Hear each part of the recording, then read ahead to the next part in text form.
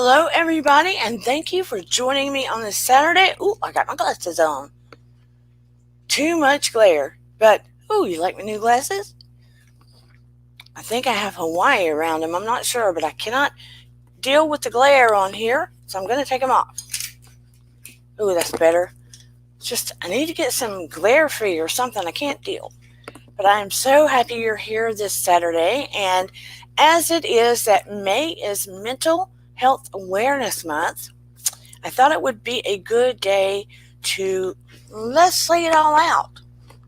There's a lot of things that we need to open up about mental health and what people need to know, what they don't know, some facts, some fiction, some myths, and some things that might blow your mind. And some things maybe we need to share our own stories. But be that as it may, that's the topic today. We may have a few laughs.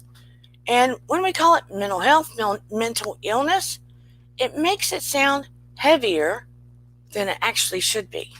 Let's be honest. But as I'm sitting here, let me go ahead and throw down the intro. Welcome to Dear Dana. If you would like to have more information or share some questions that might be bugging you and you'd like advice, topics you'd like to explore, whether it be current topics that you'd like to dive into, psychological, spiritual topics that are relevant, come on in. Let's see where it takes you. Like, subscribe, and share, and let's do this thing. And I am going to drop my intro now. Thank you for being here. Welcome to Dear Dana. And here we go.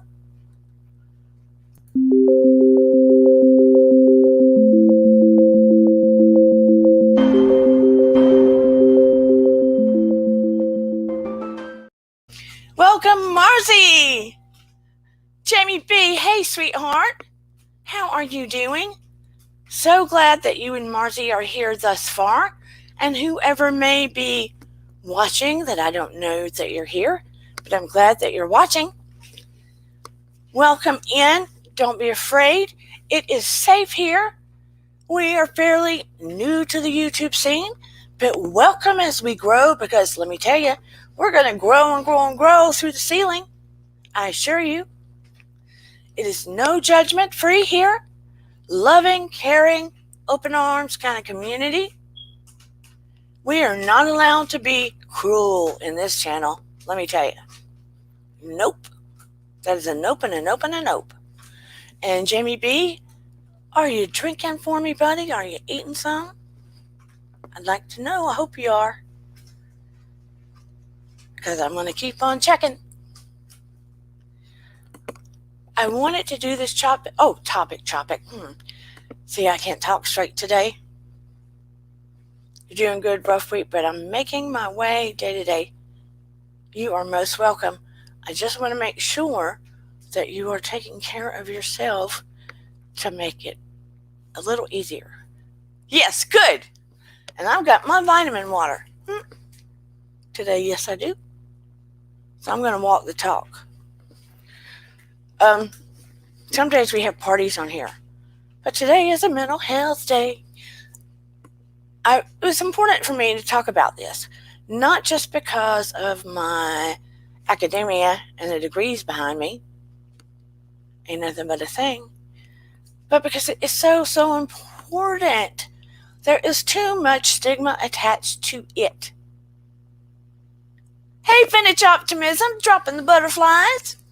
Part of the butterfly community, everybody named themselves, because here, I've got my dragonfly, and I hope that we all together as a community share enough information, laughter, that we all tend to grow, that we grow, we figure things out, we grow together, right? Laugh our way through it, create new knowledge, blow our minds together, learn things we didn't know. Before I get started, let's take a few breaths. You know that cleansing breath that makes you get in the zone? Breathe deeply. Hold it.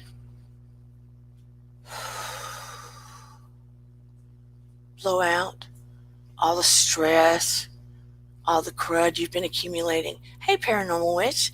So happy you're here. Breathe deeply again. Pull in just the sunshine that you can visualize. Maybe you're at the beach, or you want to be at the beach, or an island. Visualize that, yeah. With your margarita or your coconut drink. Breathe out.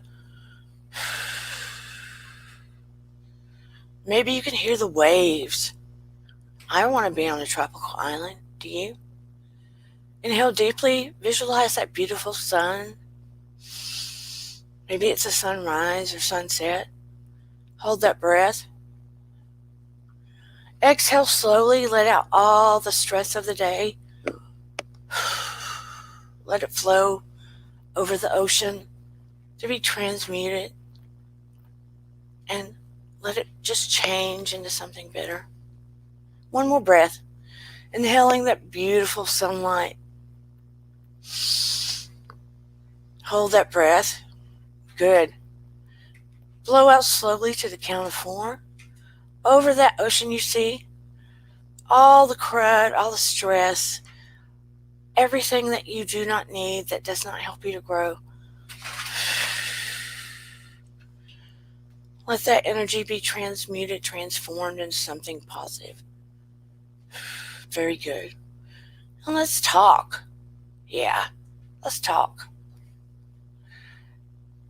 When we talk about mental health, what do people usually think about? Do we think about something you shouldn't talk about? Do you think about stigmas or something negative? Do you think about things you should hide? What do you think about? When you hear the words mental health, drop it in the chat. I'd like to know first thing you think about surrounding the words mental health. Seriously. Something you need to talk about? Have your families of origin ever had negative connotations wrapped around the thoughts of mental health, or getting help, or counseling, or psychiatrist, or psychologist? Did your families ever have negative connotations wrapped around getting any kind of help like that? Do they think it was a bad thing or a good thing? Curious.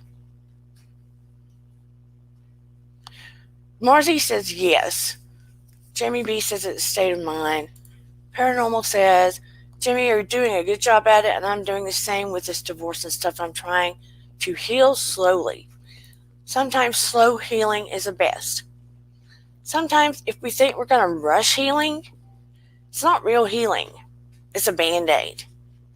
It's what we're doing to appear like we're healing to everybody else, just to appease them, to get them off our back.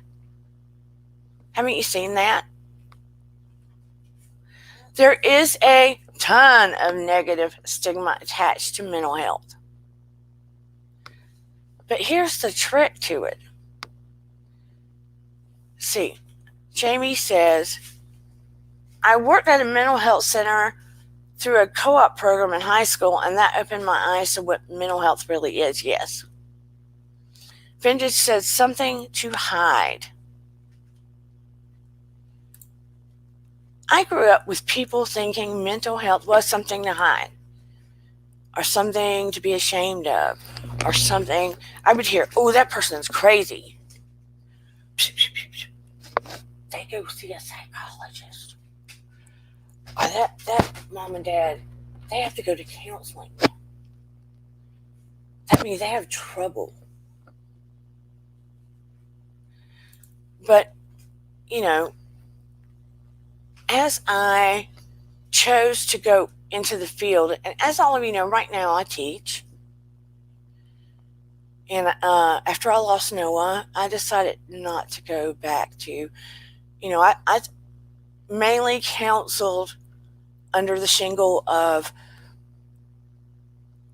like, I did family individual therapy under a mental health facility or under a hospital. I would do individual counseling at a place where there were other counselors and psychotherapists. Now, Eden is trying to, she hasn't in the last few weeks, but she and her friend have been trying to push me to go ahead and get my local license to do private. I'm considering. I don't know if I'm ready yet. But be that as it may, put my own shingle up, because you have to do that to open your own private with nobody. Be that as it may, when I decided to go into this field, while you're getting the education, you have to do internship and all this other stuff, much like a physician or someone going into the regular medical field has to do so much internship, etc. But you also have to get therapy yourself, which I initially didn't know. But it makes so much sense, because you do not want to take your crap that you have not worked on and looked at and get triggered while you're listening to clients and project it onto them. Thank you, Marcy. Does that make sense? You don't want to project your stuff onto the people you're seeing.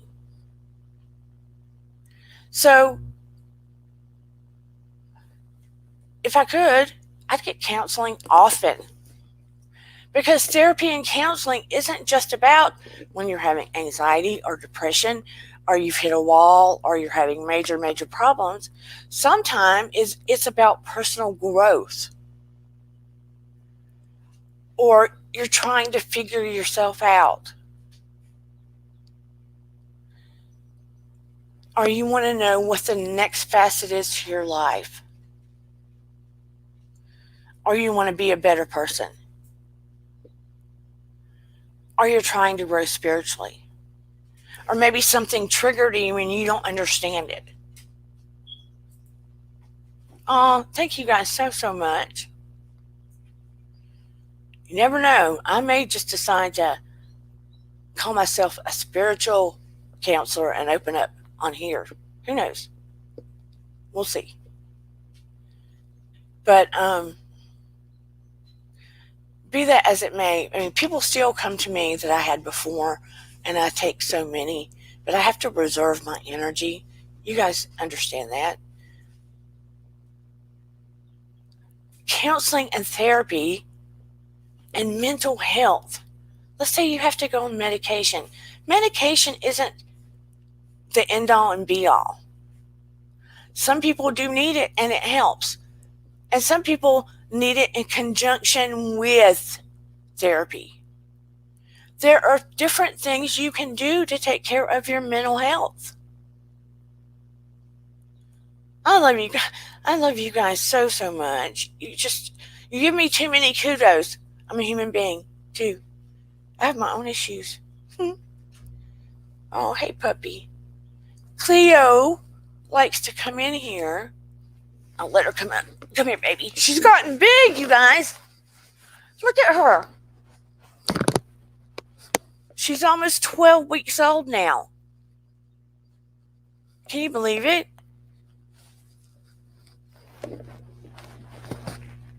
She hides. She doesn't like to see herself or me in the camera. Oh, okay. Anyway, therapy and counseling and medication and all of these things that work in conjunction to take care of our mental health. Mental health starts in our brain. It doesn't mean you're broken. It doesn't mean you're broken. There may be times that people have a chemical imbalance that they have inherited. and they're born that way. It could just be a chemical imbalance. Maybe they don't have enough serotonin. Maybe they don't have enough serotonin that helps them feel good. I'm trying to read and talk at the same time. I'm not capable all the time. Sorry, you guys. But maybe they don't have enough serotonin in the brain that helps, balance out so they don't get depression or anxiety. And that has to be modified. So they have to take a medication to help that balance. Maybe they don't have enough serotonin. And that's why they're struggling with anxiety and depression. And maybe it's inherited. Maybe there is something in the brain that's causing other diagnosis that they may have, whether it be bipolar, or maybe someone has ADHD or autism. We don't know. So if you break your arm, heck yeah, you're going to go to the hospital. It's getting noisy in here. There's a lot of traffic going on right now. My daughter. Sorry, guys.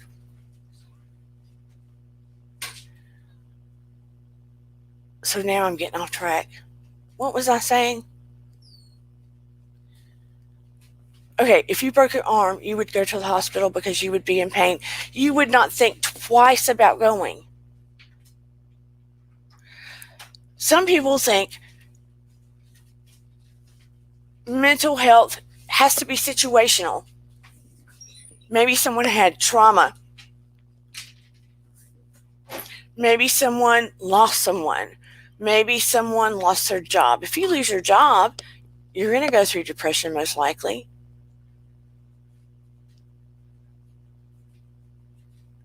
When she comes back, I'll let you say hi. She got all cute to go to the grocery store, let me tell you. Plaid skirt, hose, the whole shebang, to go to the grocery store. Why? Why? To go to the grocery store, to pick up a few things. Don't know who she's going to see. I'm on Uncle Duty tonight. I'll make sure to watch the rest later tonight. Hugs all Paranormal Witch. Tell everyone I said hey. Bye, Jamie. Make sure you eat something. I'm going to ask you later. Hey, JC Bear. So, getting back. Hey, Miriam. So, getting back to it. Your brain is part of your body. Your brain's part of your body. If you are not feeling well, if you're depressed, if you have anxiety, let me tell you, it can also affect you physically. It can make you have fatigue. Good! Yay! Good job, Jamie. That makes me so happy. If you're depressed, if you have anxiety, if you have anxiety and stuff, it can make you have fatigue. It can lower your immunity. You can get sick. It can invite other forms of disease. It's all connected. It can affect your gastrointestinal system severely. It can up the pain in your body. It can trigger fibromyalgia, among other things. So, mental health should be a priority. Should be a priority in insurance. Should be, yes, metabolism. You're absolutely right, Miriam. It should be a priority on our health insurance. It should be spoken about easily. It should be one of the first things that your GP asks you about. When I go to the GP, they have a form along with the other forms, and you're supposed to talk about how are you feeling? Have you had anxiety? Have you had depression? Yada, yada, yada. They're not just trying to ask you, are you in a space where you want to harm yourself? Although that's partly included. It's starting to become something to talk about. It needs to become a regular conversation, just like, oh, your stomach hurts? And people have that conversation at the checkout line at the grocery store. They have that conversation at work. You know, you've heard it. Talking about how they feel or whatever. Not so much the emotions. People whisper about that. But you hear them talk about how they physically feel out loud. And it's the truth. But I'm going to tell you a little bitty secret right now. Most people don't think about.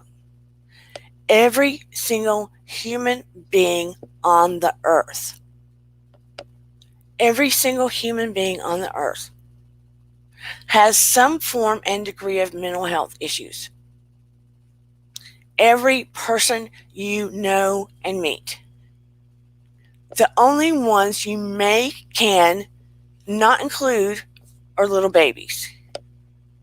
But if they are born with some form of chemical lacking, they may need help later.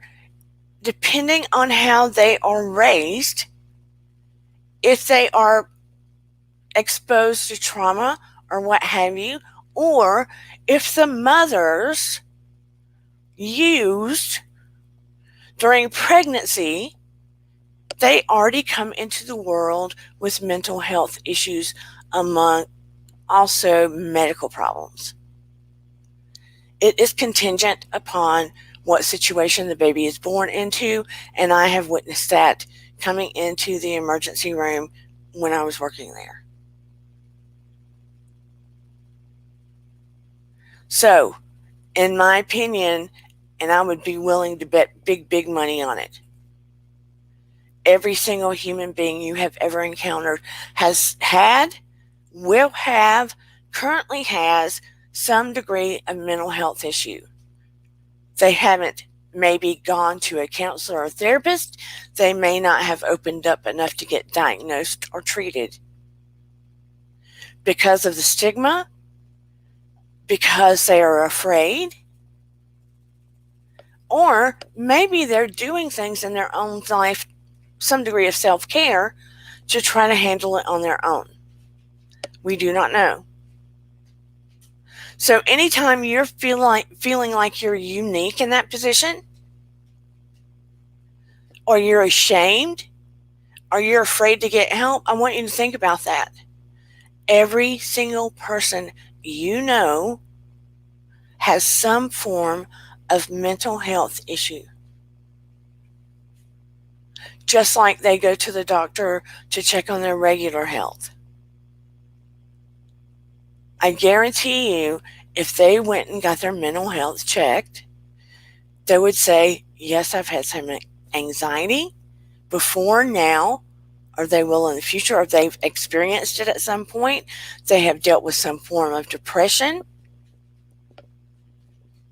or it could go on. Mood swings, focus problems, etc., etc., etc. And with the current state of things as they are, with us having experienced this year-long pandemic and having lockdown, we are going to have a tidal wave of people having to cope in different ways and needing mental health assistance. Mark my word. Not just regular people, entertainers, stars. There's going to be more and more attention brought to it, not just from Harry and Oprah. We're going to see waves and waves of it. And kids are going to be dealing with it for a long time because so much of it has been internalized. People always say, oh, kids are resilient. They bounce back. That's what they want to think because kids are little, they play, and kids try to slough it off. As they get older, where the kids have stuffed it, it comes out either in their behavior, anxiety, depression, somewhere. Get what I'm saying? And now that I've kind of laid all of that out. Let's drop the link and chat about it. Let's have a chat. And there we go. I'm really, really flustered at, we're in 2021. And mental health, to me, is still sort of treated like a witch hunt, so to speak. We try to shine a light on it. We give it sort of an attaboy. We'll see a little bit of it in ads and stuff like that, but people still tend to want to compartmentalize it and treat it like something that is contagious, when really it's already there with us. We just don't want to look in the mirror and admit it. There are varying degrees of it. Some people cope better than others. Some people have better coping skills. Some people were raised in an environment where they did learn the skills to be able to navigate it better through exercise, through diet, through having support systems, through going to therapy, through doing yoga, meditation, having friends, going to groups, various things like that. When you experience rounds of anxiety, depression, or other forms of mental health issues, what do you do for yourself?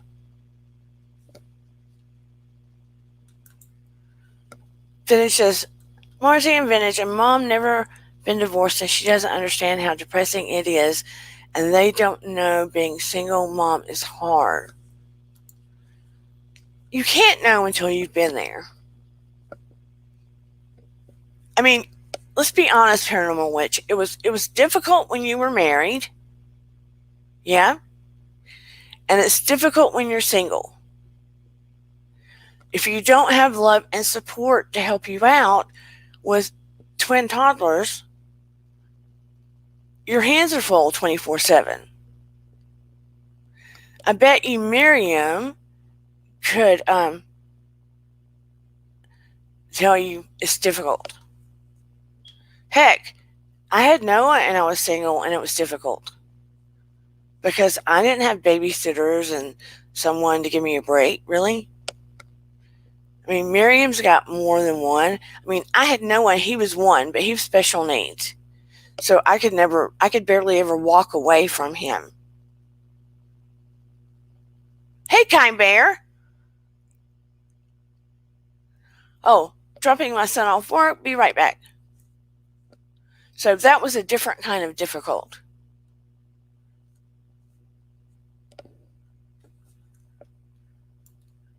Because I was in charge of every medical thing every position, every medical thing that happened with him.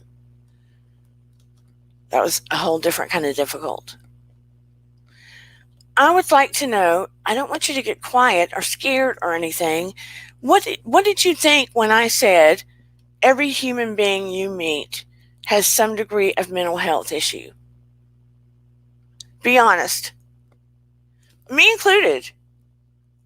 I'm not going to lie. I've struggled with anxiety, depression, etc. Hey, BP, thank you for being here. Even me. I've struggled with anxiety and depression. If you're human, you're going to hit some kind of wall and fall down. You thought, nah, JC Bear? Why? What made you think no? Or you disagree? Or you do disagree, JC Bear? But if you really think about it, it's something people would experience and not talk about, or try to disregard, or try to get out themselves. And to think about people that are in very, very high stress jobs. Are you going to tell me they never experience it? To me, they would need to take certain periods of time off. I would like to see police, surgeons, people like that take certain periods of time off every once in a while, go through a process of therapy and deprogramming and downtime, de-stressing, and then go back into the job.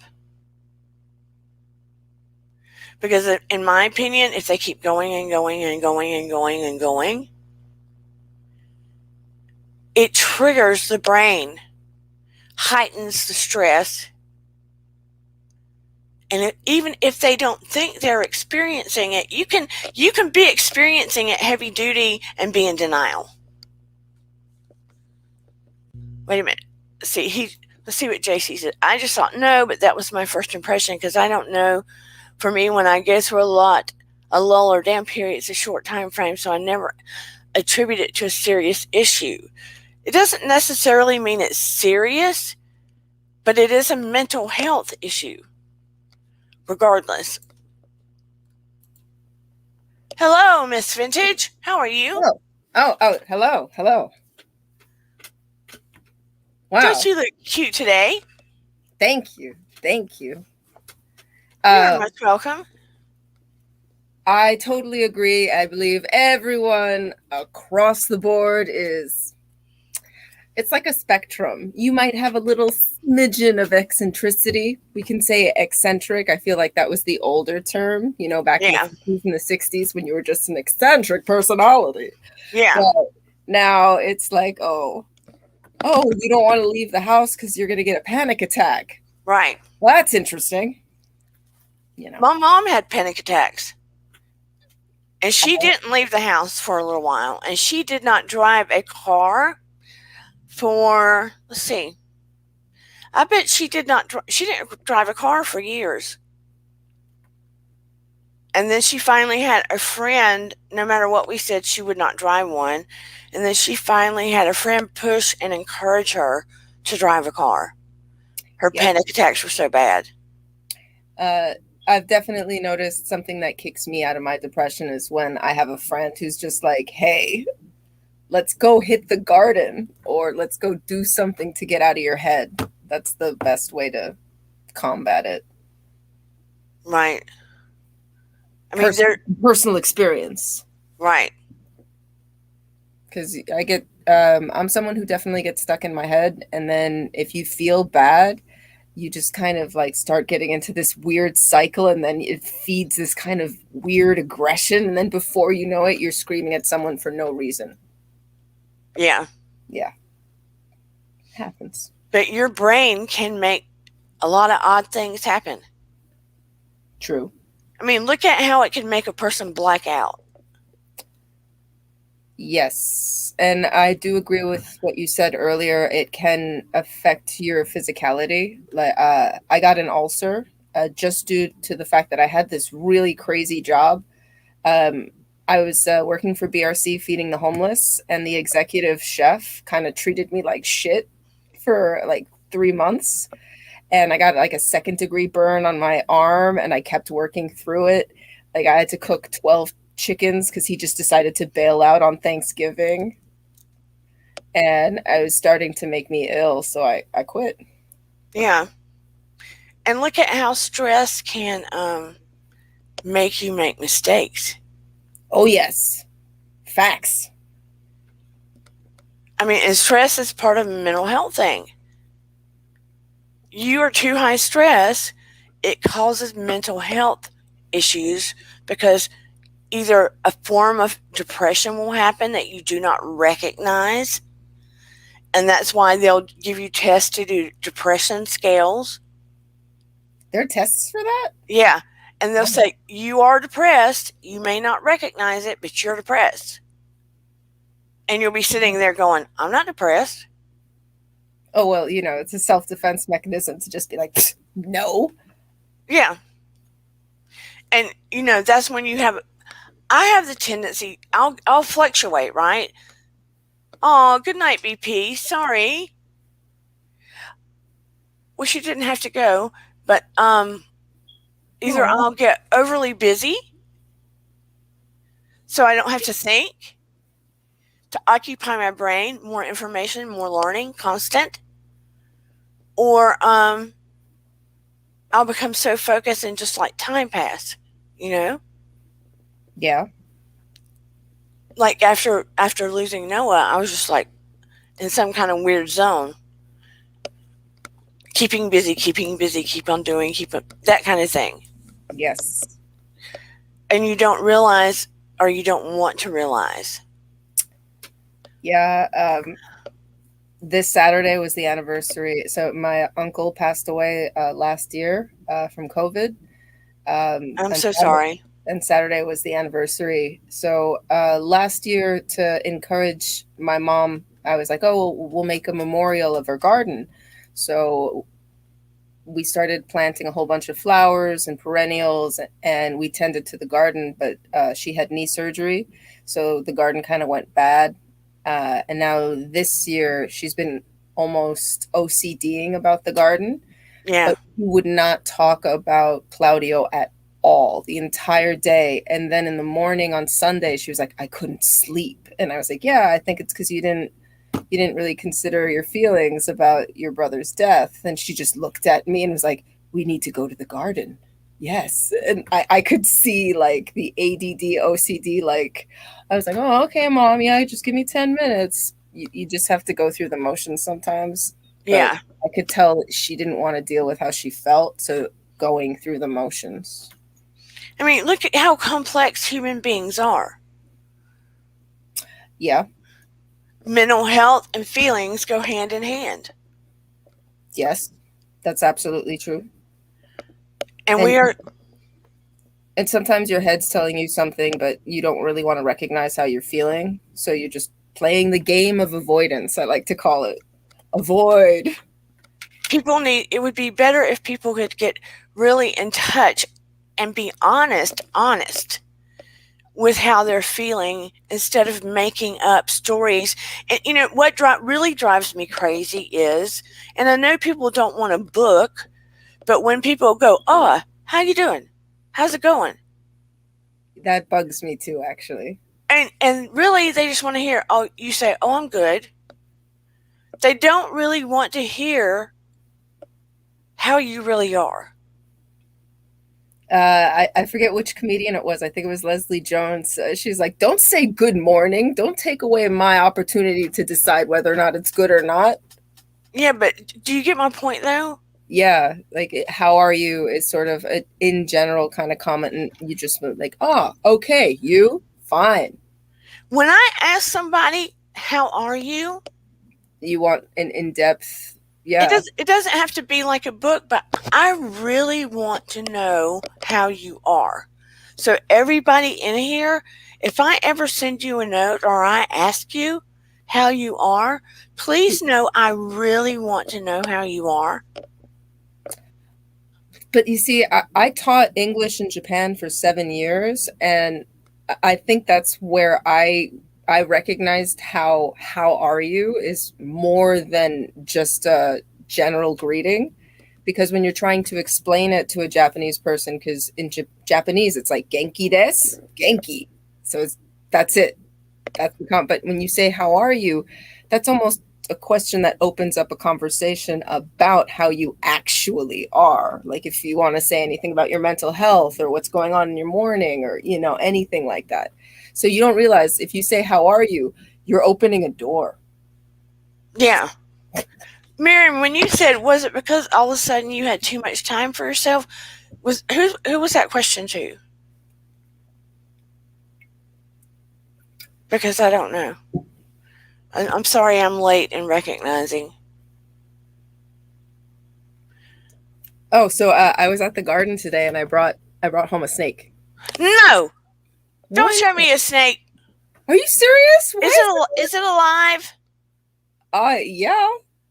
Ugh, what kind of snake? It's a garden snake, and she's so cute. Are Oh, you, okay. But are you serious? I hate snakes. Everyone hates snakes, yo. Anyone in the chat loves snakes? Please call in. I need support. Stephen killed a copperhead today. I hate him. Oh, well, I mean, copperheads are pretty deadly. Oh, Mary meant me. When I lost Noah, I spent hours with him in my arm um, at the ICU after he passed, rocking him and singing to him um, with my voice lost. And of course, I had Eden here, but I had so much to do for and with him when he was here that losing him in that moment, it I didn't just lose him. I lost a big part of who I didn't know who I was anymore Yeah. because we were so connected and he was like my breath and I was so responsible for so many things that all the things I did and how much I was with him was just all of a sudden gone. That too. You see what I'm saying? Yes. So, dealing with doctors and all the medical and no, it just everything. It changed. It just changed. It just changed my world, and I can't explain it. It turned everything upside down, and I had to figure. I had to figure. I still had Eden, and I love her, and I wanted to be completely present for her, and not be a checked out mom. And I know I've said that before, but short of what I could be for her, and she was already 15, I was completely lost. I had to reconfigure who I was again, if that makes any sense. Yeah, it does. I mean, I'd pretty much I can't even explain it. It would go into too much. Yeah. But yeah, it just sent me spinning. Well, what did you do to get out of that depression? Because it seems like once your routine is broken and it's with a catalyst like that, I I, think. I literally still could feel him and smell him and I mean, I could still feel him so heavily that it was hard because I could still feel him here and not see him. That part was hard, feeling him and not seeing him. And every single day, I mean, I absolutely, literally had to remind myself to breathe. I would catch myself not breathing and have to go like that and remind myself to breathe. I had never experienced that before. And so I went through the motions of I would still exercise. I would cook for the family. I started teaching online um, after probably 8 or 9 months. My husband helped me find that.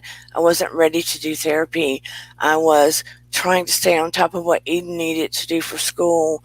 I just tried to find some kind of pattern, right?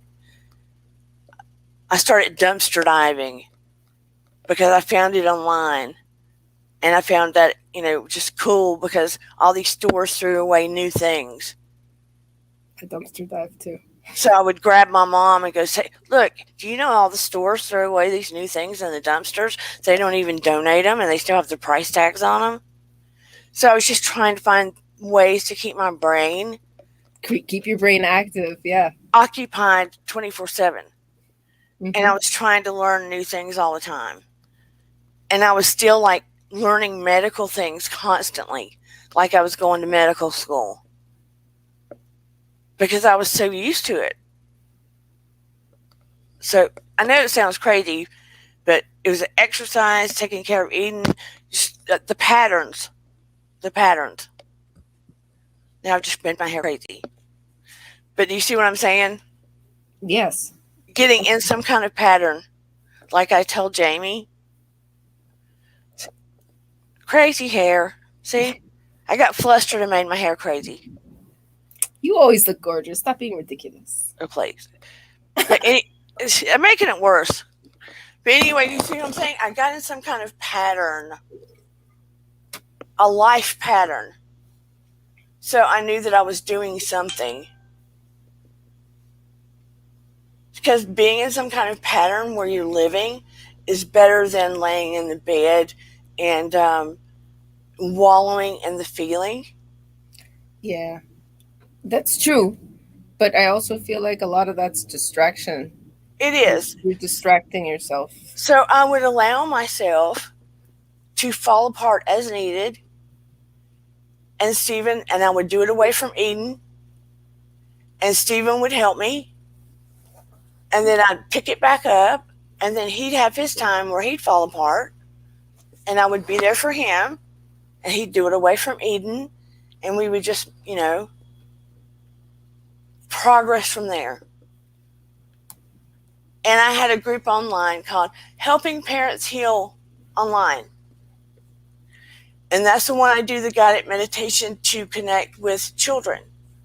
And the guy that is doing From Grief to Growth, and he's really growing and he's written a book, he is going to be our guest soon. Oh, awesome.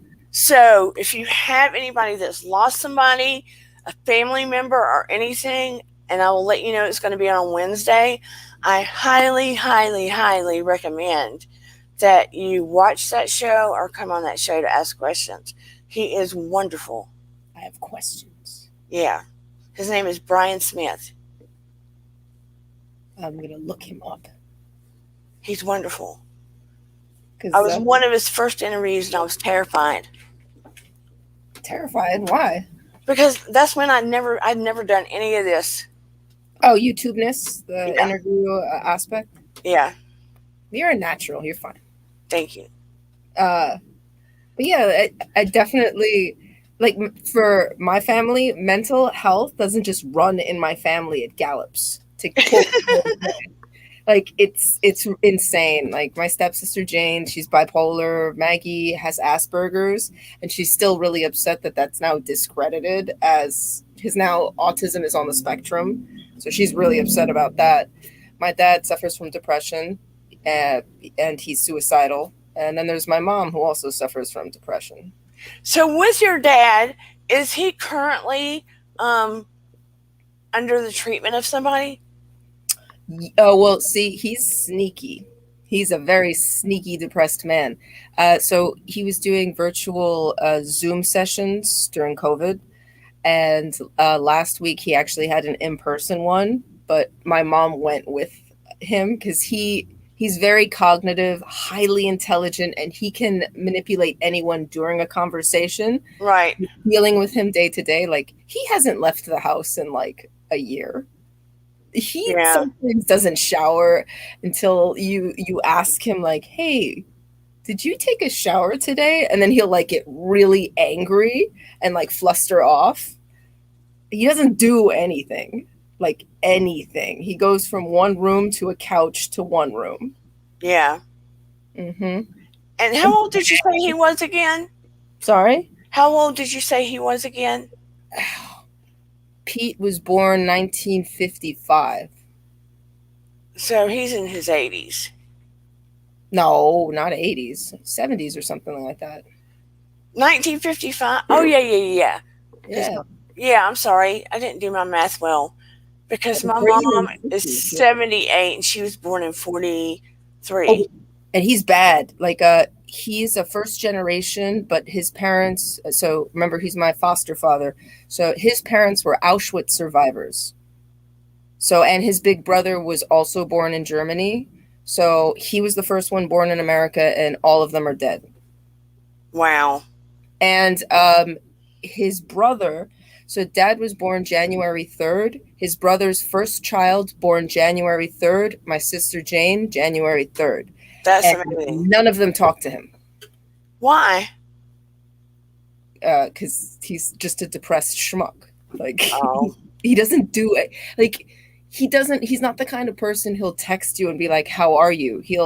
He's kind of autistic, so he'll just send you like a Peanuts cartoon about a dog taking a poop or something like that. Yeah, that's part of his diagnosis. So if he's Yeah. depressed and he's autistic, yeah. He was never diagnosed autistic. That was just my speculation. And then Oh, as he got older, well, actually, after his suicide attempt, now he has like a metal plate in his head, so he's not there, you know? So it's gotten worse. But yeah, that's unfortunate. I don't know. I find it kind of ridiculous because he's so cognitive. When we watched the Marx Brothers, like we watched the first Marx Brothers movie, and I don't know if it wasn't Animal Crackers, but he was like, "Oh, look at that newspaper. You see how it's wet? That's because sound was so early that like he knows what he's talking about. Yeah. Just the only things that he wants to talk about are these things. He doesn't really want to deal with life." See, I've known somebody that um, they had severe OCD and they were bipolar, but they preferred to watch movies from the 50s and a lot of cowboy or war movies that were black and white, right? Mhm. And they could talk about all that kind of stuff and they could talk about war and everything in detail. Yep. And they were very, very bright about all of that, High functioning. but didn't want to talk about anything now. Yep. Same thing. I mean, the only thing he wants to talk about now is politics, and both of my parents are on separate sides of that. So, Yeah.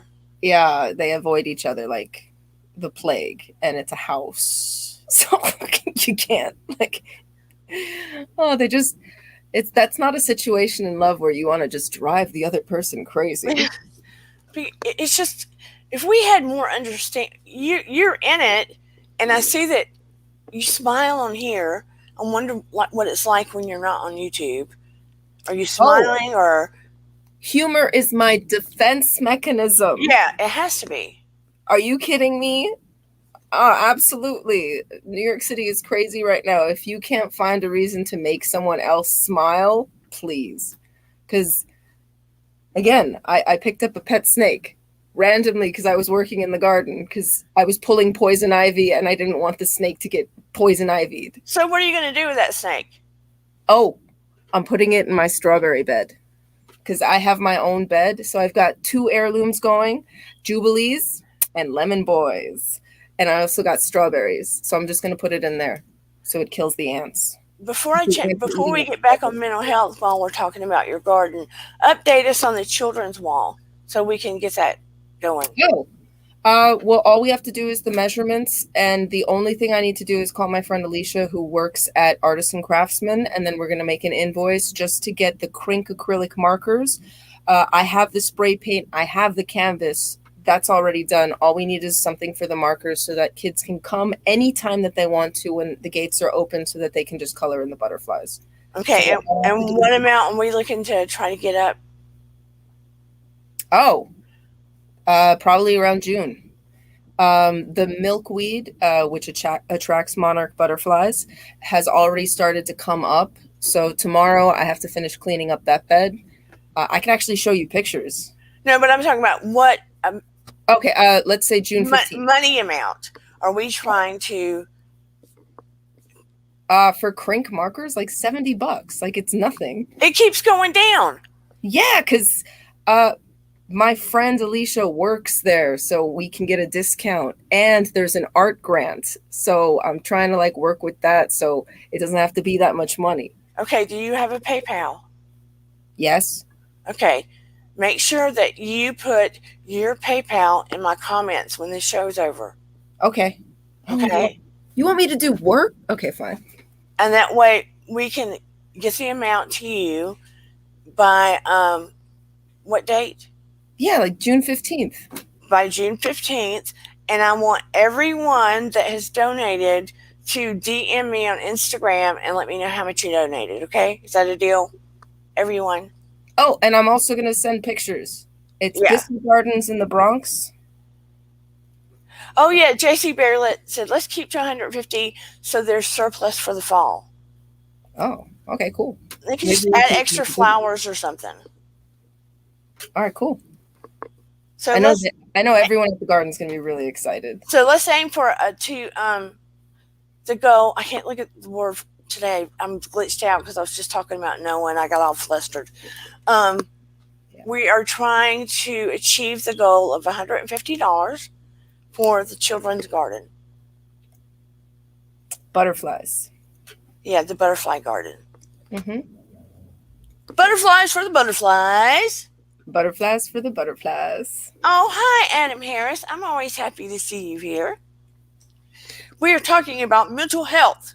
Yeah, how come no one else is calling in? Am I the only mentally ill person here? Because I am totally, like, I'm off the wall crazy.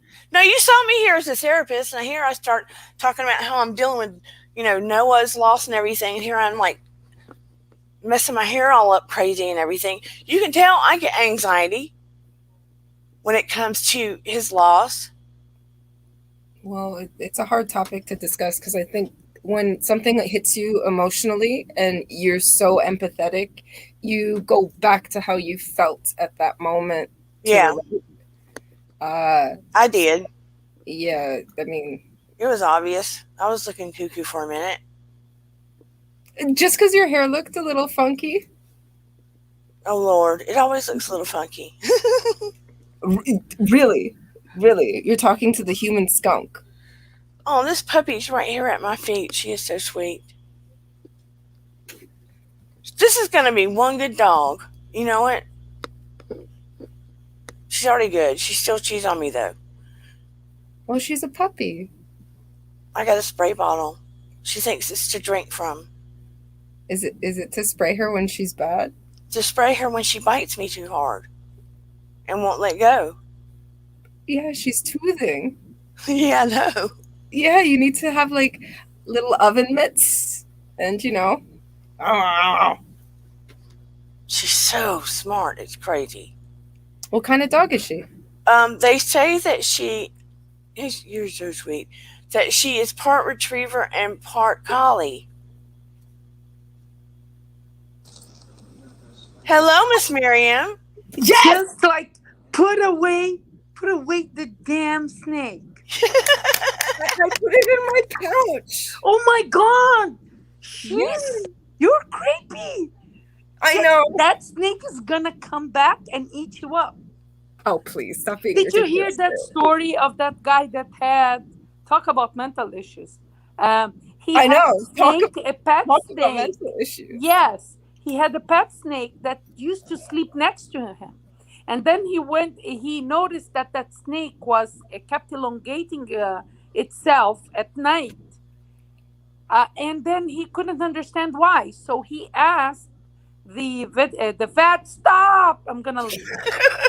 Oh my God, I'm leaving. I'm scared. Don't leave, Miriam. It's away. So you know what?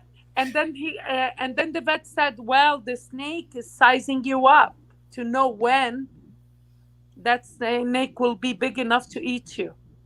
And because that snake was a python, was a huge one. And you don't know, you might have a python there. You're crazy. Well, Boba Fett was my favorite Star Wars character, and he was eaten by the Sarlacc pit. So, I mean, I would be living up to a living legend. Oh, stop it. Look, Stephen was trying to get rid of a pile. He got a dump brought to our house. Get rid of wood and trees and a pile and a dump today. So as he was moving stuff away, we got rid of an old treadmill that was broken. He got rid of the pile, and there was a what did I say it was? It was a copperhead. A copperhead. What is that? Bad. That's They're poisonous.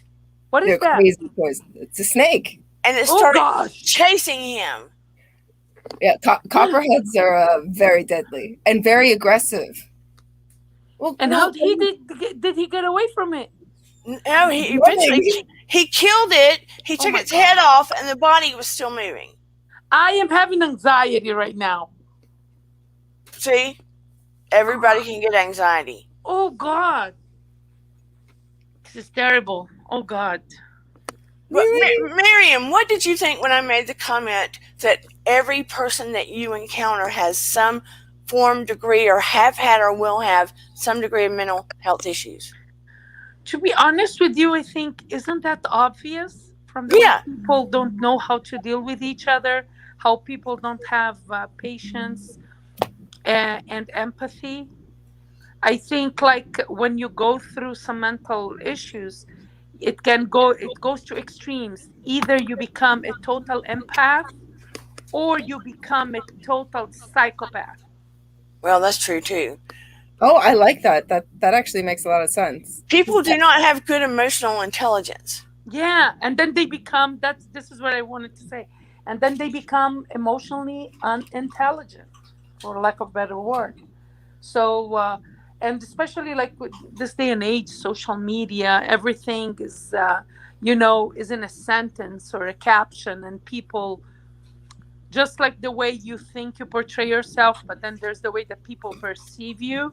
It's Yeah. the same way in writing. You write something, you mean something, but then the reader gets it totally different, and it becomes, a big mess. Um, yeah, I feel like everybody has mental issues.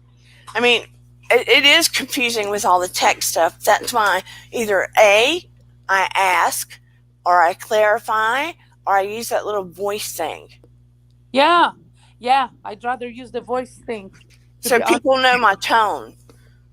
Yeah, Yeah, that's so yeah. true. Because as so many things, like when you're texting, can be read differently depending on how the person interprets it. But when you actually hear your voice, I can hear your attitude if you're saying something with a little, you know? Yeah. Not only that, there is like the part in Hamilton that stuck with me I love that show. is when Angelica is talking with Hamilton, saying that she's reading a letter that he wrote, "My dearest Angelica," and the comma afterwards, like it gave a total different meaning. So, and nobody is patient to properly punctuate. I'm guilty of that. So it changes the meaning completely. Oh, But I had a really neurotic grammar teacher in eighth grade. So I'm all about the semicolon and the periods when they need to be there. Okay. Hmm. A- and you have a snake in your pocket. This is an episode about mental health. Listen, you're giving me I love that anxiety. you said listen.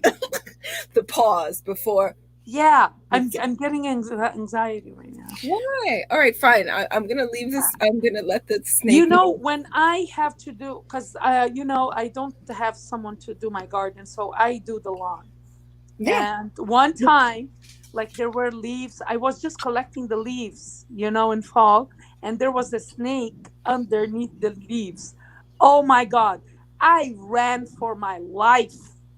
I left that lawnmower outside for a week, and then I asked my neighbor to bring it inside, and I never went back in months. No, I'm not one to be amused at one's anxiety, but like if it's different. I know if it's like a copperhead or a rattlesnake. Like if I was in Australia, I would definitely check my shoes because of the spite. Everything in Australia wants to kill you, so it depends on where you are. But I saw this little snake. I know the patterns. It's a little cute garden snake. If I saw a copperhead or a rattlesnake, I think I would have a different situation. But this is the problem.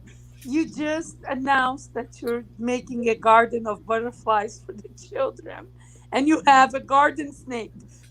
In my yeah, but it's a You're not garden. gonna put it there, are you?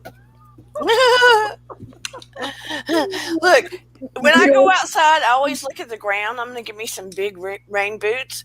So if something gets me, it'll bite the boot. But if I were to walk out now and I saw a snake close to me, I would be like, I believe I can fly. I would be in the air so quick. That's me. it's just a little snake. I mean, it depends on how you act. Because I mean, certain snakes. All right. I had a friend who got like an underwater camera, and we were in Okinawa, and she was filming under the water, and she came back and she showed me the footage, and this was a water snake, like striped, full on, if I bite you, you're dead water snake. We don't have any cell phone reception. We're on a beach on one of the 69 islands in Okinawa. Like, we're screwed if you get Where bit. is Okinawa? Okinawa is part of Japan. Oh, okay. So That's a she surprise thing. showed me the footage, and she was just like petting the snake, and I freaked out watching that because I had like, that was scary. So yeah, there are certain snakes that are scary, but this is a little garden snake. She's cute. Stop. So Dana, I need to ask you to go back to mental health because I can talk about snakes. Yes, let's go to mental health. So when your son passed, may he rest in peace. So weren't you overwhelmed with all the time that you had, like, because your time was consumed by always taking care of him? Yeah. So that void of like you don't know what to do with yourself, isn't that overwhelming? Yeah. With someone. Yeah, that's what I meant. Yeah. I was completely lost. And I was trying to find, that's why I was like studying and still researching medical stuff and exercising and trying to stay on top of what Eden needed. And I mean, I was just like doing everything to constantly keep my brain busy. Yeah, you find the purpose in pain. That's what you need to do. So then I got connected with helping people heal online. And then I got immersed into every book I could find about life after death when it comes to your child, and learning to heal when you grieve. You know what I mean? When I say life after death, I meant other people that had lost their kids. Yeah. Specifically, other people that had lost their kids. I think that's the biggest loss of them all, you know? I mean, I lost my dad, and like I said before, I thought that was a biggie, but when I lost Noah, it was absolutely core-wrenching, gutting. It's a pain like I cannot, I don't want anybody to ever feel, but I cannot even begin to describe in comparison to any loss I've ever had. Yeah, I bet. I can't imagine. But I mean, I still could feel him. That was the odd thing. I still can feel him, but I still could feel him as though he was present and I just couldn't see him. That's what was driving me crazy. So I do you still like go crazy, but or now his presence or the feeling of his presence gives you peace? It gives me, sometimes it's bittersweet, but it gives me peace. I feel like I'm connected by like the silver, it's like a silver umbilical cord. It's the only way that I can express it. Like when you give birth, you're connected by an umbilical cord, but now we're connected by, and that's why I kept feeling like he was here and I couldn't see him. I'm still connected by this unusual silver umbilical cord. Like a silver lining? No, not like a silver lining. I mean, my dad passed and I wasn't connected by that cord. That's interesting. But with Noah, I'm connected by that cord. And in one of the groups where people have lost their child, and I know this is not mental health stuff, okay, I'm sorry.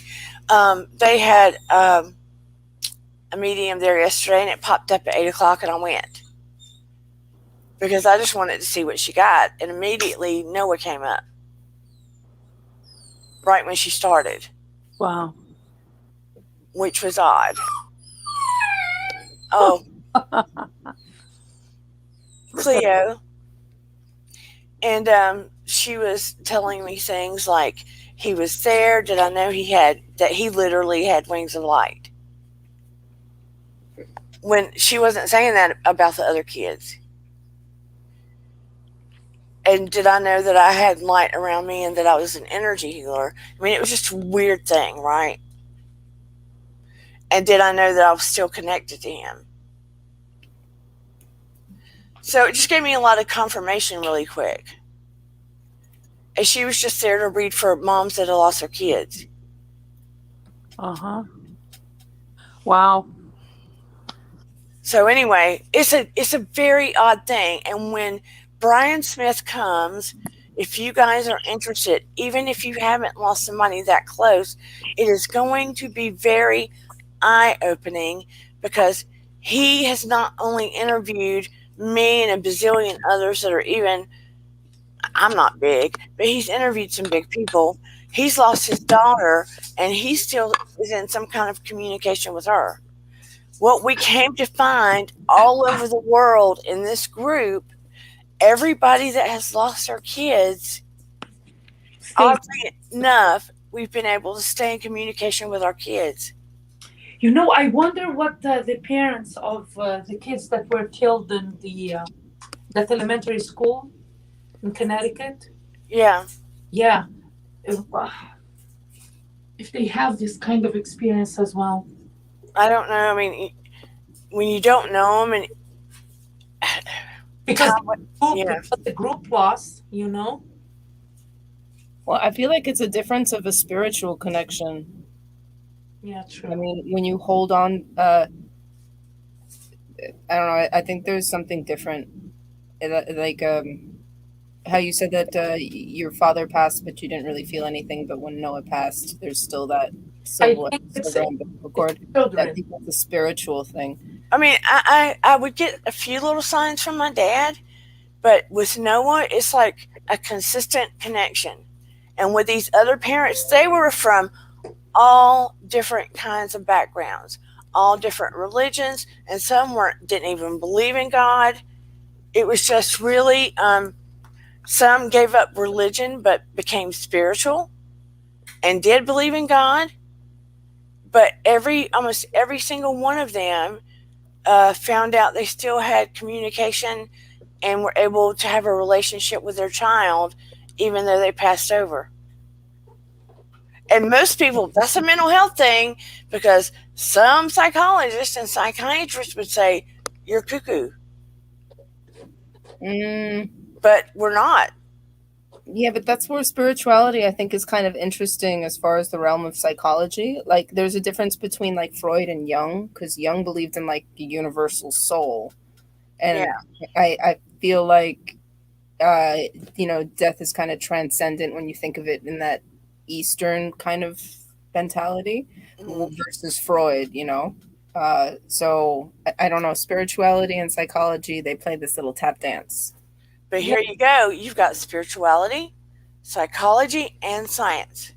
Yeah, well, I don't have 3 legs. No, but it sure can be a stool. Dana, don't you think it depends on what type of loss? Like, I suffered when my dad passed. That's the biggest loss I had in my life, when my dad passed away. Yeah. But it's not like my dad was dependent on me, like your case, or like right. of a child to a mother. In your case, it was extreme. Right. So I feel like this type of loss, maybe to your own sanity, makes you more susceptible or more sensitive to sensing that there is a connection and that the connection is there, because he was every day to you, and like he was the main focus of your life. And then when yeah, so this is why I feel like that codependency that you had, like you used to help him, but really he, in a way, he helped you just get by. He was the greatest teacher I've ever had in my life. Yeah. And he brought me to spiritual levels that I never thought I would have. Let's say, I had the near-death experience. He could not speak like we did. Wow. We would get a random word here and there, and it wasn't because he intellectually couldn't. It was a medical thing. Physically, he couldn't. Physically, he couldn't. His laryngomalacia was affected, the flap in the back of your throat. Mm-hmm. So he could make sounds, and every once in a while, we might get a random sentence or word. Okay? So, oddly enough, we could communicate without words. And I know that sounds crazy, but it is the truth. Not crazy. And that is how I would know when something was awry in his body. And that is what helped him to survive. And if I had not had the near death experience, I would not have been able, I know this for 100% within me, I would not have been able to detect when things were not right. Does that make sense? Yep. Yes. I would not have been able to pick up on medical. I can do it in my daughter. I can do it in other people at a distance often. I would not have been able to pick up when things are awry in somebody's body. Yeah. Sometimes I wish like I could have like meet the medium, to see if. Hello? Well, no, but I mean, like, how can you pick up? Like, I think we need to be in person, right? For you to know who from like would like to connect with me.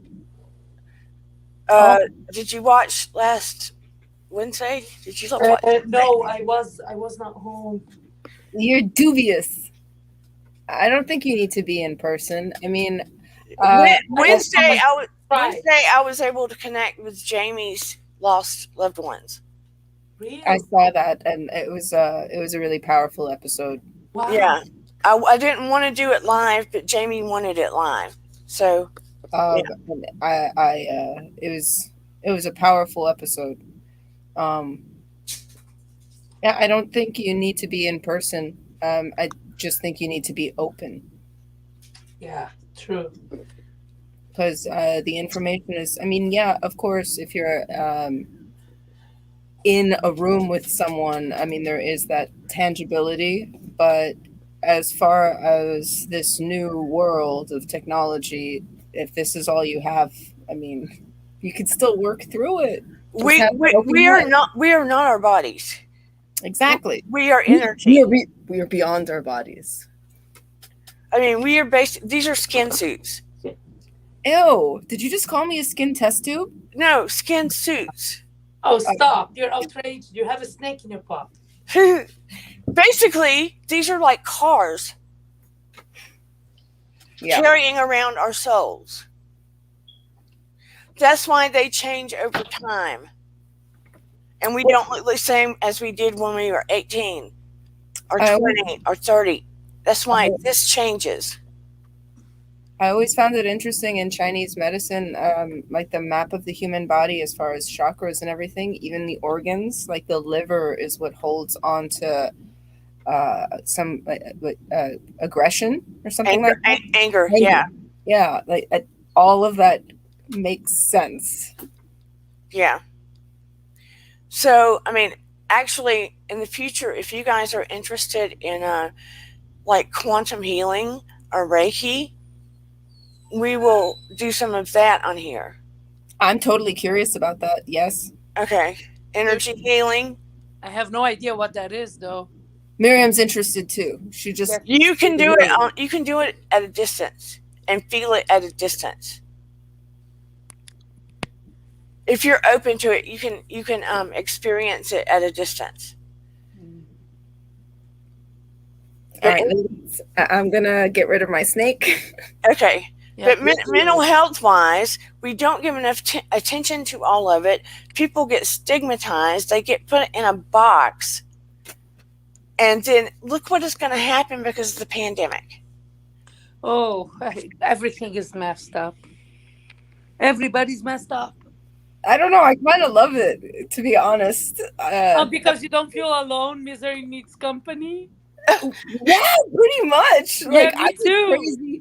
I was crazy before the pandemic, so just sort of seeing my friends de-escalate into crazy, it's just wonderful. I'm like, yes. Isn't it? I love it.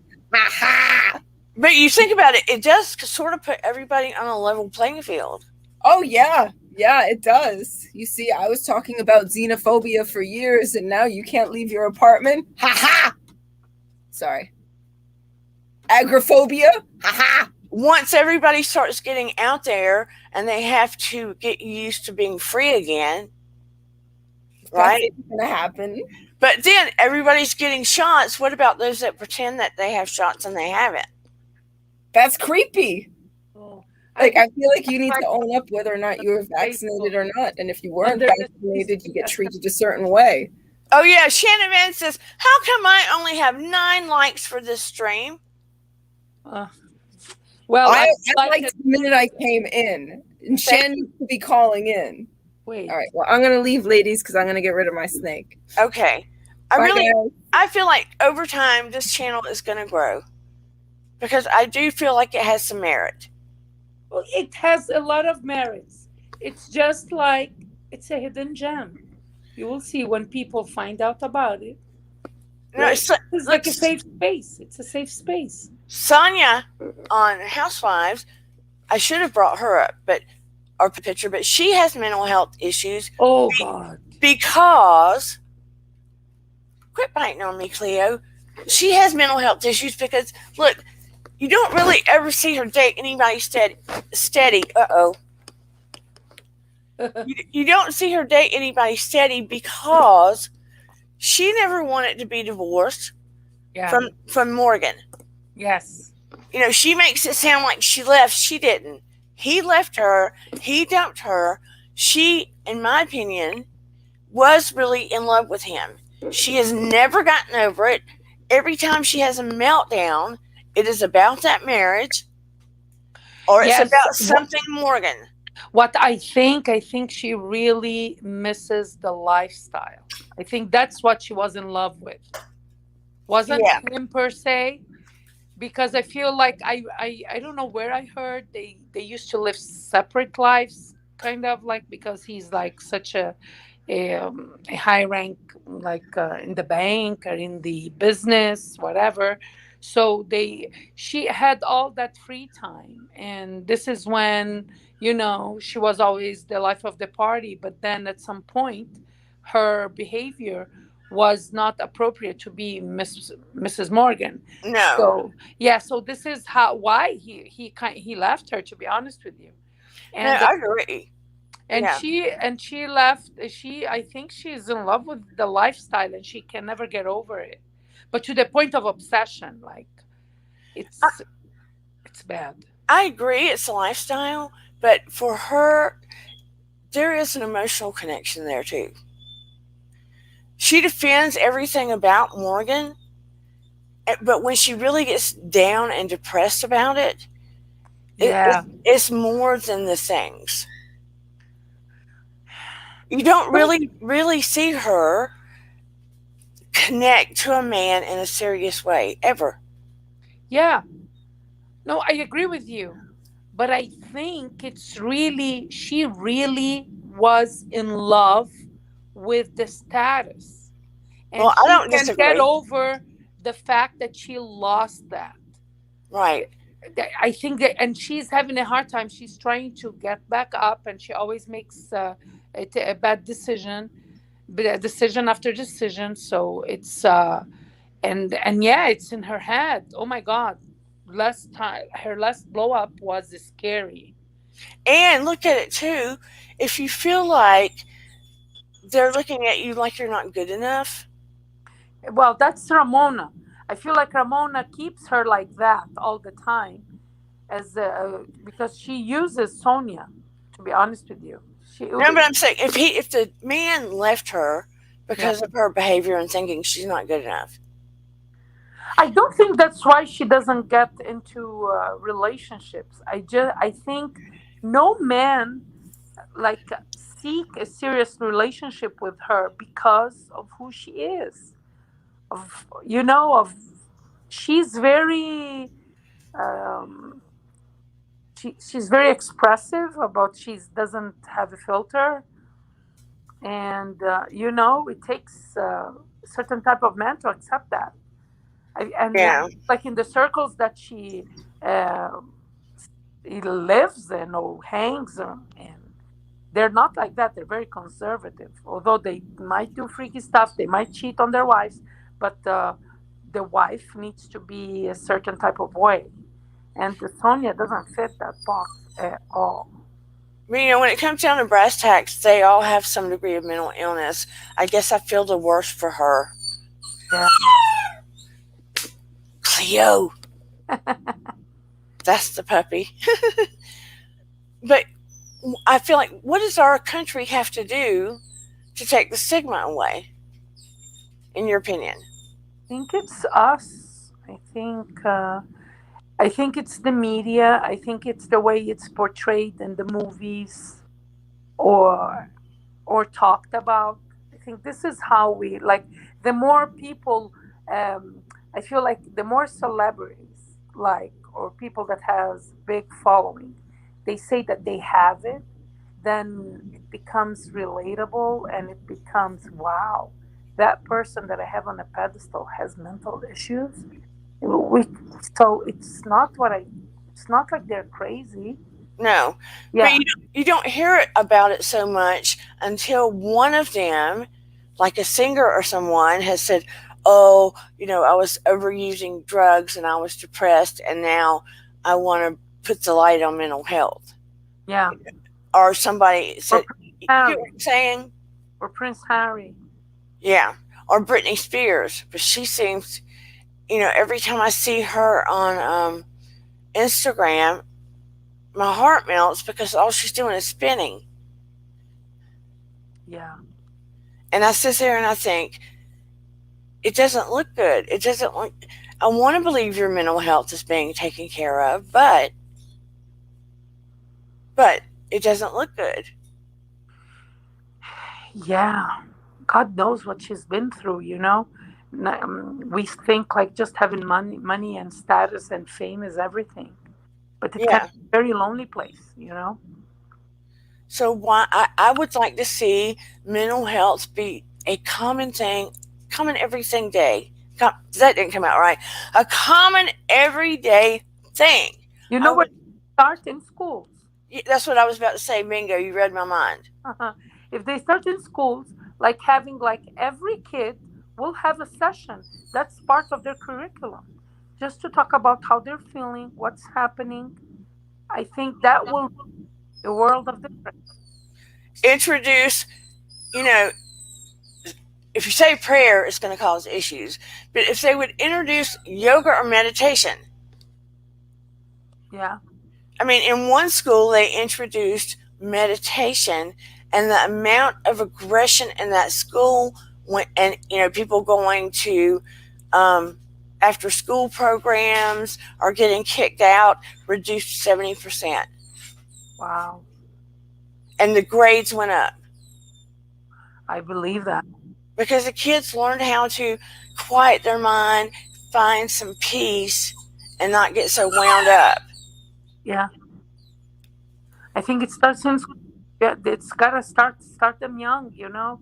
I think our like uh people our age or our generation, I'm sorry, but it's kind of a lost cause. Even if we seek help, I think it gets to a point that some things are will always stay with you, and it's hard to unlearn what you've been doing all your life.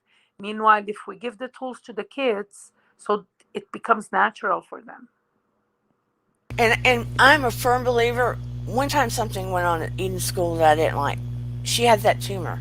She blew up with the tumor in 10 days. Wow. It filled up with fluid because it was a mucinous ovarian cystoma, and that's what happens. So the kids in the middle school decided they were going to go around and say she's pregnant. She wasn't. It was just the nature of a beast. She started puberty and it was attached to one of her ovaries, Wow. and it just blew up. We got her to children's emergency. So anyway, they started that rumor. So the counselor started beating Eden down, trying to say, "Have you slept with someone? Have you?" And Eden had not. We were trying to keep it quiet until she could have surgery. And Oh, Eden was trying to explain to her, and this lady is just grilling Eden to death. Like Eden wasn't telling her about something. wow. Eden's just. The counselor. Yeah, the counselor. I was hot, and called the counselor up, told her what was wrong, that Eden was about to have surgery. How dare she? And that school needed to start with emotional intelligence. And if they needed to have a program, I was more than happy to go there and begin it for them, beginning with her. And what happened afterwards? She kept apologizing, and the girls apologized to Eden, but of course they never started an emotional intelligence program. Oh. See this, the ignorance. The ignorance is astounding. I just could not believe, instead of listening to Eden explain what was actually occurring, because it was a medical problem, she wanted to beat her down and make an assumption that in 10 days, how can a child go from thin to looking pregnant in 10 days? Please tell me. This is my question for you. Like, yeah, that's that part. There's that part. But other than that, how does she approach a child without talking to the parent first? That too. I would have made that woman lose her job, because that's not her job. Like, she did not live up to her title. I'm sorry. You're supposed to support, Yeah, and be loving and kind, to talk with the parent first. and talk with the parents first. This was not a jail where a criminal went after somebody and you're supposed to get the info. Wow, exactly. And she's not an adult. Eden wasn't an adult, so it was no place. She had no place to say that or do that. No, and she was traumatized. Oh, I would be traumatized. I would be in jail, I think. I think I would have went and beat her up. I'm sorry. This is bad. I was so hot. If I had been in person with that lady, oh my gosh. Wow. That's terrible. I'm sorry. That is horrible. Like, it's worrisome enough that's a tumor, and you don't know if everything's gonna be all right. Yeah. Have the procedure done. And other one is that all this BS that went on, and the adult in the room who was supposed to stop the rumors and get to the bottom of it the right way, didn't do her part. That is terrible. Yeah. I mean, our whole world needs a reset. Oh, yeah. And put emotional and mental health right in line with physical health. It is affecting my physical health, to be honest with you. I can't understand why I can't lose weight, the weight that I gained in COVID. I'm like, now, today I listened to a doctor. He was talking about the basics of intermittent fasting. So I'm going to do like it was. I think he didn't, his approach wasn't like a drastic one. But then again, I'm used to fasting. Like, I fast 1 month a year during the day, even if it's summer, no water, no nothing. So I can totally do what he's doing. And I think I'm going to start. I'm going to start like trying to have he said 8 o'clock or 7, we stop eating till next day, noon. It's doable for me, but I'm going to start now. 10 o'clock, I will be having tea till 10 o'clock, and then I will stop. And I will see if because that's cleansing as well. And when you feel like your body's better, your mind feels better. Because I started working out with this chick. Her name is Sydney Cummings. Oh my God. I'm addicted to her. It's been more than 4 years that I don't work out. And this week I worked out every single day. I just couldn't on Wednesday because I was dealing with my son's last minute, prom. Yeah. But today I worked out for an hour, and then I walked for an hour. Like, I haven't been working out, like, it's been 4 years, I'm telling you. And I feel like when she talks, she's like, she has the same approach. She's not like, she always gives you an alternative if you can do exactly what she's doing. Yeah. So you feel powerful. And I'm like, I hope I can stick to this. I want to start this new habit. And this doctor, he said, intermittent fasting is a habit. Fasting is not starvation, is a voluntary action, decision. Because you have food in your house, but you decide not to eat.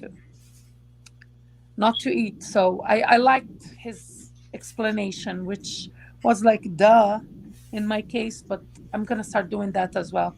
Try to clear my mind from things. Yeah. Yeah. I've been intermittent fasting too for the most part. But yeah, I want to start my exercise routine because, like I said before, I got certified to teach fitness in two categories. Here came COVID, and I was like, I'm tired. I'm not going to work How out. about you make one of your calls a week, a meditation call, but the meditation call that we see you like doing yoga and getting us into that, where we see you like sitting on the floor and, it's just breathe in, breathe out, like it's like a class. I feel like that would be wonderful because, like, you're certified, you just said that. So, No, I'm certified to do PIO and a kickboxing class. oh, but PIO's you know how to not a meditate. PIO's not easy, and it's not like a regular yoga. It's a fast moving thing. Oh, that's Yeah, interesting. I never done it. yeah. Yeah. I'll have to send you a sample of it. But there are things we can do to work on our own mental health, like exercising does help. Oh, It yeah, does. it does. Listen, I didn't lose weight this week, but I feel like I worked out. I feel like muscles in my body that were dead, they're alive, they're sore. It It gives pushes me, up your serotonin in your brain, yes, yeah, the feel good hormone. the feel good hormone. And I can, and I'm not tied to a time like when I tried to work out during COVID. It wasn't the same. There was too much chatter. We would stop, we would laugh. So it wasn't like you need to be strict. Like you want to have fun, but you want to have like, go through it. So, and the time wasn't working. Sometimes I would have to stop because my manager called me all of a sudden. But now, like with this one, I go to my room, I close the door. I know it's the time that I can work out and I stream it on the TV. I see her life size just like me, and I can focus on my form. It's yeah, that's a good thing that I've done for myself this week, trying to take care of myself, to be honest. And Add more fluid. Half your body weight should be water. You take your body weight, split it in half, and that's how many ounces of water you should be drinking. really, Yeah. so I have to my weight divided into two, and that's the ounces that I need to drink per day. Yes. Oh, okay. Good night, Margie. Thank you so much for coming. I know this wasn't the most exciting topic, but it is an important topic. Listen, I think like if people can learn only one thing, one tiny thing, it's you make a difference. And Adam, you are right. It can be expensive if you don't have insurance. That's why you need to call around. And if it is supposed to be for an hour, then you speak up for yourself and you advocate and say, look, I paid for an hour. Don't cut me off at 35 or 40 minutes. Yeah, that was my problem with my first one. I have this program through my employer, which is amazing. Now they're really like supporting mental health. And so you can have 6 free sessions per subject. You just call, and but I didn't vibe with my therapist because I felt like even the times she was giving me were times that her schedule was more important than mine, and then she lost track of how many sessions we had. All of a sudden she wants to charge me, and it was always 45 minutes, and I'm like, why 45 minutes? And I never really felt like she gave me tools. Like I never done therapy in my life, so that was new. But I always thought that you say what's going on in your head, and then she would give me either a homework or tools to cope with it. And she didn't? No, no, not no. Well, that was always my way. I would objectively listen and find where the kinks were, where I would see the problems, and lovingly give it back. And then I would always give the people homework to bring back because I wanted them to experience a different way. Yeah. Because ultimately, the goal was to not need me. Yeah. Yeah. True. Because some therapists will have you come back year after year after year after year just to build up the client load. That shouldn't be the end goal. Yeah. You should be able to want your clients to have the tools in their toolbox to function more happily in their life. Yeah. I mean, I didn't want to go see somebody forever and keep giving them my money. You know? But anyway, I am so, so happy all of you guys came for today. I want you to be more open about talking about your mental health. If you feel like you need help from somebody, reach out, get support, join a support group, even if you have to find one online. Have better self care. Start there. Because how you feel starts with how you take care of yourself. If you're not eating well, if you're not sleeping well, if you're not drinking enough fluid, all of those things can begin to affect how you feel. If you're depressed, if you have anxiety, etc. If you're out of balance there, it starts becoming a roller coaster. So that's where you begin. If those levels are okay, then you go to step 2. How am I really feeling? Am I too stressed at work? Is my relationship out of whack? Am I lonely? All of those things. You sort of have to pick at different degrees of your life. Yeah. Always priceless advice from you, Dana. Oh, thank you so much, Miriam. And look at the load we bring from our parents. Oh, my Lord. Oh, yeah. And I'm sure our kids will say, look, this is how you made me feel. Because we don't have a book on how to be parents. We Yeah. just do the best we can. We do the best we can with what we got. That's Exactly. right. And our kids will be in the same position. Yeah. You know, I started being more vocal. I know you're wrapping up, but I started being vocal about my feelings to my kids. Good. Today, I took my daughters to shopping. We spent like 4 hours at the mall. I'm exhausted when I came home. I bet. Couldn't even cook. And then they said, "Oh, we want pizza. We never order pizza." I'm like, you know what? Yeah. So I went, I picked up the pizza that they wanted. When I came back home, like there were not a lot of dishes, but I don't use paper plates because I feel like they're ridiculous. I don't want to make trash and they're more expensive. I have plates. So we only had plates, you know? Mm-hmm. And so after we ate, I went out to walk. I needed to walk because last week I couldn't walk. It was too hot and it cooled down a little bit. So when I came back, the dishes were still in the sink. So I went upstairs and I talked to them and said, you know what? Today I took you, like, I gave you all my day off just for you guys to shop.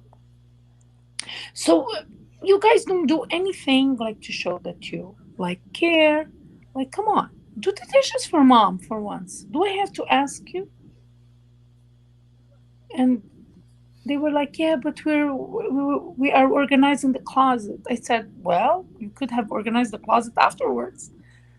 It's just like if you both of you did the dishes, it would have taken 5 minutes. Yeah. 5 minutes. So So, what happened? well, then it was just a conversation because it was after the fact. When I came back from my hour walk, I I did the dishes. I did the dishes. After I did the dishes, I had the conversation with them Oh, because they were not around. When I came home, I saw the dishes. I'm like, let me put away, like throw the box of pizza and like put away. I had some groceries, so I they were also like needed to be put away. I'm like, I just did that. So sometimes, like, this is why, like, walking became a drug for me. Although Yeah. it's not making me lose weight, but I feel like I'm addicted to walking, and I'm hoping I get addicted to working out with this girl, It Sydney. decreases stress and lowers your blood pressure. Yeah, And it decreases cortisol levels, which helps you lose weight as well. yeah, but I'm not losing weight. No, the walking is doing me nothing. I'm telling you, I don't know what it is. Maybe it's age. No, part of it is your cortisol level and you staying so tanked up all the time. Yeah. With that stress, Mm-hmm. your cortisol levels are going up, which is making it impossible for you to lose weight. Yeah. Your I'm stress levels and the anxiety and the depression are part of it. I'm gonna do this math. The water. I'm gonna start doing that tomorrow. That will I help because we lose fat through our urine. Oh, We think we lose it other way. We don't. We lose it through our urine. oh, I didn't know that. Yeah, I didn't either till a couple of years ago. Cheers to that. Yeah, and the water helps because it flushes out through the body. You'll see more weight loss if you do that. And if you eat veggies most, yeah. Yeah, and I started like I'm amping my water. I like last week on Sunday, I made like I peeled ginger and cut into pieces, and I put it in a big pot of 5 quart water when it boiled. And I kept like every day in my water, I put like 2 scoops of that ginger water in my water. And add some apple cider vinegar to your day. I have that. Yeah, but it's not tasty. And no, add some lemon and some water to it. Don't drink it straight. Ugh. Yeah, but now I'm accustomed to it, and I'm using that water for my tea, for everything. You'll get there. I will get there. It's Like I just said, like it's the stress and anxiety. And next time you see the dishes, instead of doing them, I would go in there and say, "Look, guys, we went shopping. You wanted pizza, got the pizza. Do me a favor, go in there, wash the dishes." Yeah, you're right. I wouldn't do them. I wouldn't go on this big diatribe. I would say, "Go in there and wash the dishes. Thank you." Yeah, The end. the end. That's it. Yeah. I should have asked you before. A closed statement. I'd go in there and say, "Go in there and wash the dishes. Thank you." Yeah, That way, there's not this big tanked up thing. You're not getting all stressed out. They're your kids. They're young. You did what they wanted. Just tell them to go do it. and actually, they didn't want. I woke them up and I said, "Let me take you guys," because like I feel like now they're going to be fully vaccinated June 8th. So they're going to start being more social. And all of a sudden, they have to get dressed. So I'm trying to not make it crazy when that happens. I woke them up today and say, hey, let's go and see what you guys need. Yeah. Yeah. Sometimes we just make it worse. Yeah. You're We right. sit there and gripe and then do it for them, and then gripe that they didn't do it. Exactly. That's so true. It's like, I what's the feel point? like I feel like we give our kids what we didn't have as a child, and then we resent them for giving them. Well, it's not so much that they didn't do the chore we wanted them to do. We go ahead and do it for them, and then gripe at them for not doing it. Yeah, but that's my point. Like, and so many things that you give your daughter, she didn't ask. You give her, and Right. most likely those things were not given or handed to you when you were a child her age. Correct? Right. And then when they don't appreciate, when they don't show appreciation, when they don't take initiative, you get mad because here I'm giving all this and you don't give me back. But then again, they don't know otherwise. They don't know how we lived. But you have to say things. You have to say what you mean and mean what you say. Yeah. You can't just like bark things at them, but don't mean it. Don't mean what you say. You get what I'm saying? Mm-hmm. am I am I going around the tree? I'm No. guilty. I'm guilty of it. I had to get to the point if I have certain expectations, I can't go do these chores for her and then get mad that she didn't do them. Yeah. And I am guilty of that. I do that a lot. I get mad at them. I do it, and I'm like, I'm not. I'm just gonna do it, but then I'm so mad they didn't do it. Yeah. But anyway, Okay. I'm gonna have to wrap up. I want Yeah. all of you to make a point to do things to better take care of your own mental health. Be open to talking about it. Let's not make it a stigma or a secret anymore. It has come to the time in our world that it has to be a priority. It has to be. I'm so happy that you all were here. Thank you, Miriam. Thank you, Thank you Vintage, so for coming much. up. Good night. Good I night. love you all. Please like, subscribe, and share. Thank you for being part of this family. I love all the butterflies. And remember, your vibe attracts your tribe. I will see you all on Wednesday. Take it easy and be ready. We're going to contribute to the butterfly wall and plants for Vintage Garden. Talk to you later. Bye bye. Oh, I guess I better do the outro.